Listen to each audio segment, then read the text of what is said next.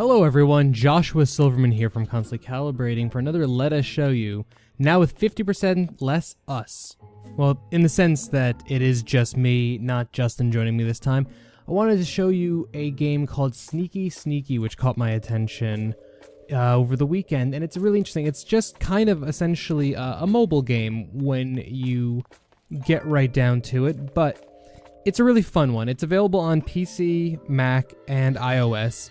It's from Naiad Entertainment, and what it is it allows you to go through sort of different levels and just kind of solve puzzles in a more stealthy manner. There's also a turn-based aspect should you get into combat, which I don't really recommend because it kind of brings your score down. The best way to play this game is you just go through each level. You're trying to find the 3 gems hidden in the level and also score points and get gold. The gold allows you to buy items and assorted things in the shop, health potions, ability to fire sleep arrows, which add a little strategy, ham, which attracts guards, and honestly I found kind of useless personally.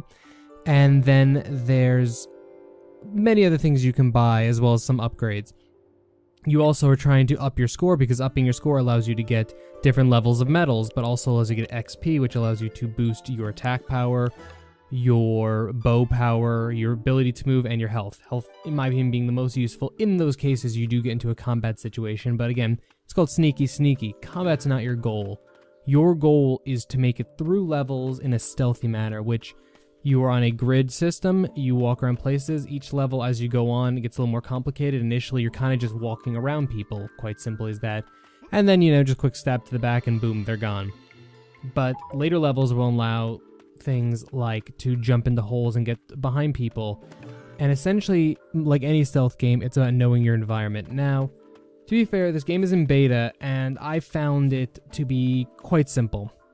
I'm not really a puzzle person, but the whole entire game did take about 2.5 hours, but I'm not saying that's not an enjoyable thing. Just for the art alone and the music and the sound effects, that in of itself is quite enjoyable.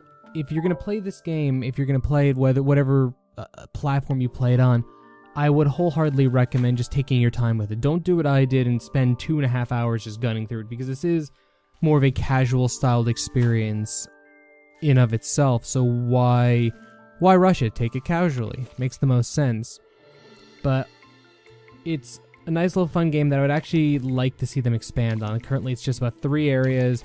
I want to say just shy of 30 levels, and it kind of just ends, which there's nothing wrong with. I'm not going to spoil how it ends. While the story is limited, there still is a bit of a story to it, and some little funny humorisms here and there. But why don't you go check it out for yourself, and here's a quick way to check it out. If you go over to constantlycalibrating.com, you'll find a post for this very video you're watching. You'll find a link in the description below, and you go over there. We're giving away 10 copies of the game in beta.